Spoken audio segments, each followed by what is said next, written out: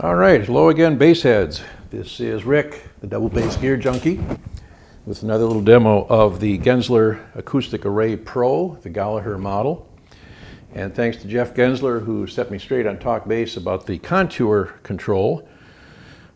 I had mistakenly figured that setting it at 12 noon was neutral, as it is typically with EQ knobs, but that's not the case. To pull the contour out of the signal chain entirely, you go fully counterclockwise, or for those of you in England, anti-clockwise. And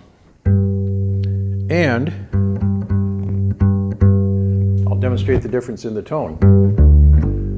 Contour completely off here.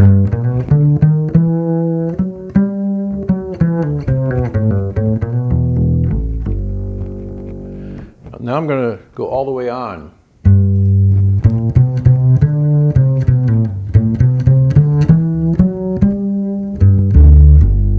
Now there's where I think you really hear the difference. You can rattle the foundation with that. Let me just take it off again and play those low notes.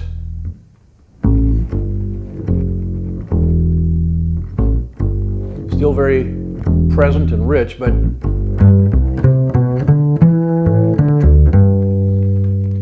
again with the contour on,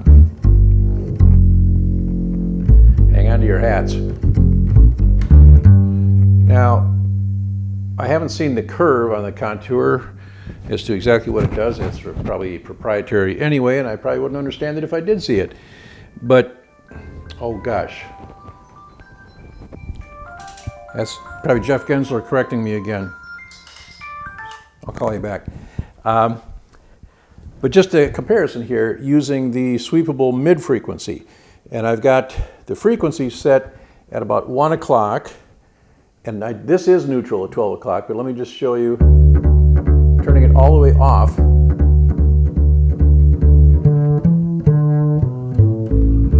now all the way on.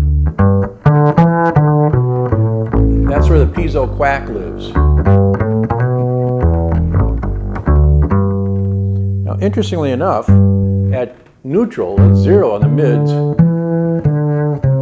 I don't hear piezo quack in this amplifier. But if with your bass and your pickup, if you do, that's what I would suggest, is use the mid. It's almost like a notch filter in a way. Not probably quite that narrow, but again, back that down. It doesn't fatten up the low end the way the contour did, and I'll show you that again. Here's the contour. Working just with the mid doesn't have such a dramatic effect on the low end,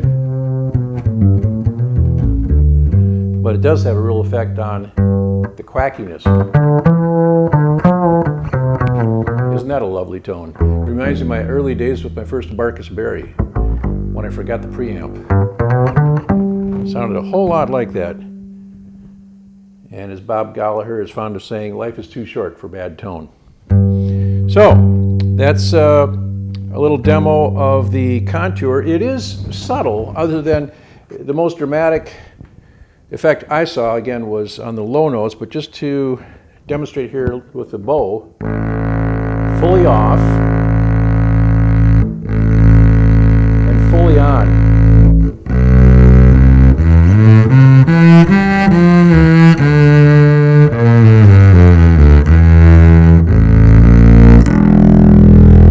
I'm going to end up using the contour when I'm using one channel for pits and one for Arco, and I'm going to crank the contour on the Arco because I think it's very forgiving for my rather poor Arco technique. It gets rid of the scratchiness and makes it sound like I actually know what I'm doing with the bow. So that's today's lesson, as we say. Later I'm planning on hooking up the Ishel and running that through here and comparing that to the piezo. So for now, again, this is Rick, the double bass gear junkie.